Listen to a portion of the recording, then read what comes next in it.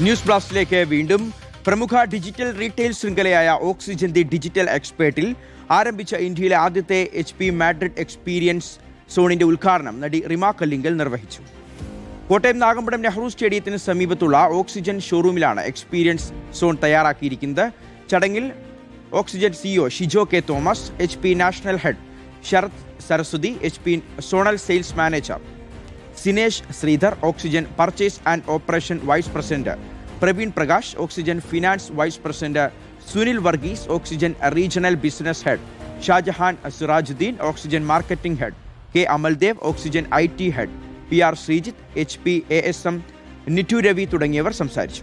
HP-യുടെ ഏറ്റവും പുതിയ AI ലാപ്ടോപ്പുകൾ, ആക്സസറീസുകൾ തുടങ്ങിയവ ഉപഭോക്താക്കൾക്ക് നേരിട്ട് അനുഭവിച്ചറിയാനും വിദഗ്ധരുടെ സഹായത്തോടെ തിരഞ്ഞെടുക്കാനും എക്സ്പീരിയൻസ് സോണിൽ അവസരമുണ്ട്.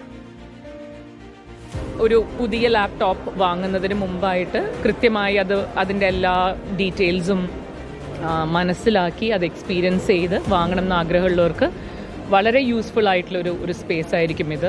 എല്ലാ രീതിയിലുമുള്ള പല കാറ്റഗറിയിലുള്ള ലാപ്ടോപ്സ് ഇവിടെ ഉള്ളതുകൊണ്ട് തന്നെ I think you can come here, experience it first hand, ask questions, understand the details better before buying it.